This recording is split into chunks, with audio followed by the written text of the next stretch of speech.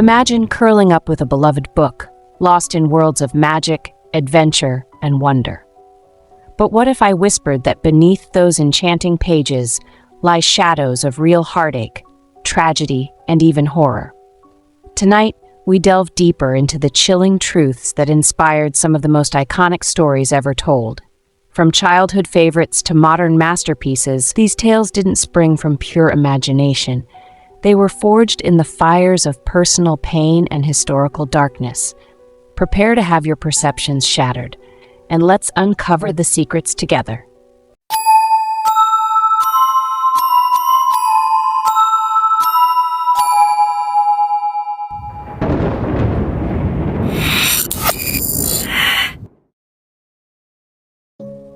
Our journey begins in the whimsical world of Neverland, where Peter Pan, the boy who never grows up, dances eternally with fairies and pirates. But hold your breath. What if this tale of perpetual youth was born from a family's shattering grief? Picture this. It's 1867 in Scotland. 6-year-old James Matthew Barry watches helplessly as his beloved older brother David, just days shy of his 14th birthday, plummets through the ice during a skating accident, never to emerge alive. Their mother, Margaret, spirals into a depression so deep she becomes bedridden, clinging to the idealized memory of her forever boy, a child untouched by time or maturity. In a desperate bid to heal her, young Barry dons his brother's clothes, mimics his voice, and even whistles his favorite tunes. For fleeting moments, it works. But Barry realizes he'll always be overshadowed by a ghost. This haunting dynamic echoes in Peter Pan, the boy frozen in youth, while Wendy and her siblings must confront the inevitability of growing up. Fast forward to adulthood, Barry, now a playwright, befriends the Llewelyn Davies family in London's Kensington Gardens. He weaves fantastical stories for their 5 boys, George, Jack, Peter, Michael, and Nico, drawing them into his imaginative web.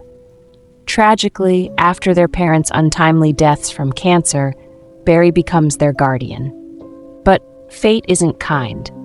George perishes in the trenches of World War I at age 21, and Michael drowns at 20 in what many suspect was intentional, as in, he ended his time on this earth.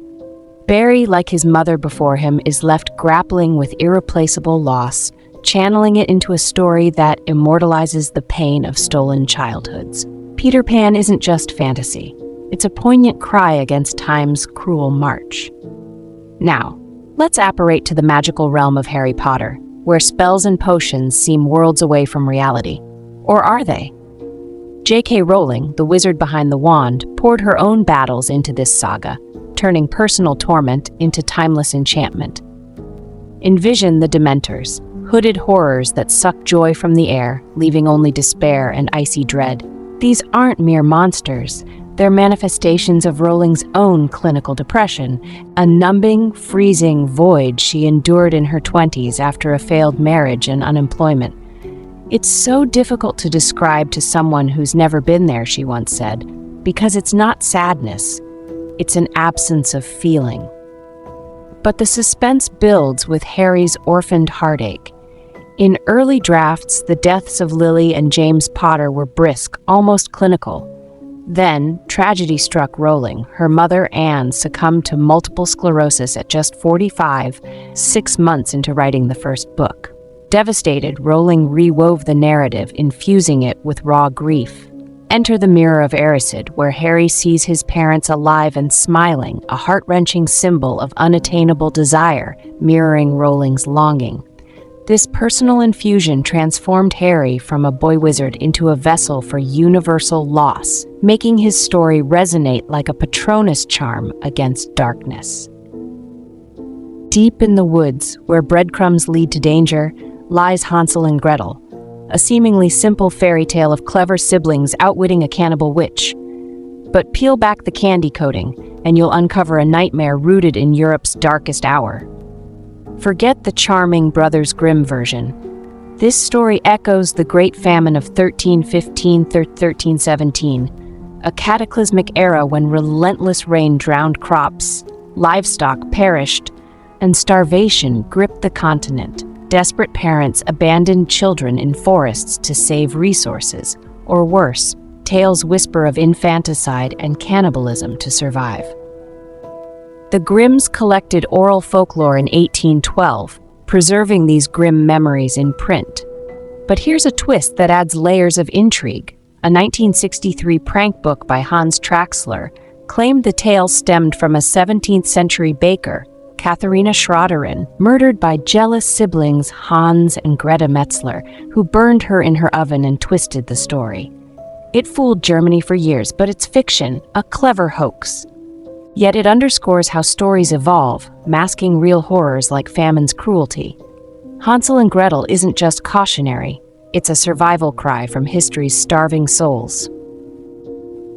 Shift to a modern thriller, Emma Donohue's Room, where a mother and son escape years of imprisonment in a single shed. The suspense is palpable. What inspired this tale of isolation and resilience? Donohue admits it was triggered by the 2008 Fritzl case, where Josef Fritzl held his daughter Elisabeth captive for 24 years in a basement, fathering 7 children in secrecy. However, it's not a direct retelling. Donohue was captivated by the child's perspective, a boy knowing only room as his universe, then stepping into the vast outside. She drew from philosophy, child psychology, and other abductions, crafting a story of maternal love triumphing over horror, turning real nightmares into a beacon of hope. All work and no play. You know the rest. Stephen King's The Shining terrifies with a writer's descent into madness at the isolated Overlook Hotel. But the real chill? It sprang from King's own eerie stay at the Stanley Hotel in Estes Park, Colorado, in 1974. As the season's last guests, King and his wife roamed empty halls, dined alone, and slept in room 17, infamous for a 1911 explosion. That night, a nightmare gripped him, his young son fleeing a possessed fire hose down twisting corridors. Waking in sweat, he sketched the novel's outline by dawn. The Stanley now embraces its ghostly fame with tours, festivals, and a planned horror museum, proving King's dream birthed an undying legend. From ridicule to radiance, Hans Christian Andersen's The Ugly Duckling follows a misfit bird blossoming into a swan. Suspense lies in its intimacy. This is Andersen's autobiography veiled in feathers. Born poor in 1805 Denmark, he towered awkwardly with a large nose, big feet, and a high voice, enduring bullying for his theatrical dreams. "I was the ugly duckling," he confessed. Yet patrons nurtured his talents, propelling him to global fame with over 150 tales. Published in 1843, the story whispers hope.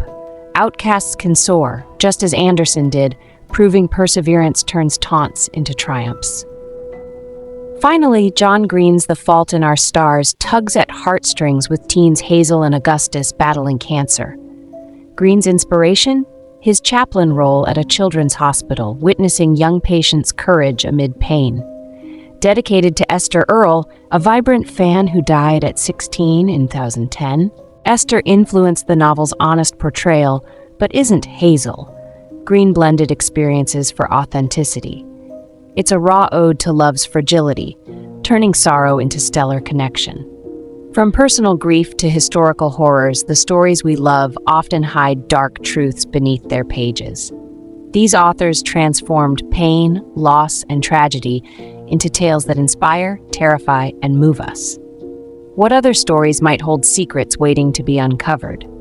If you enjoyed this deep dive, please hit the like button, share this video, and subscribe for more mysterious tales, true crime deep dives, and more.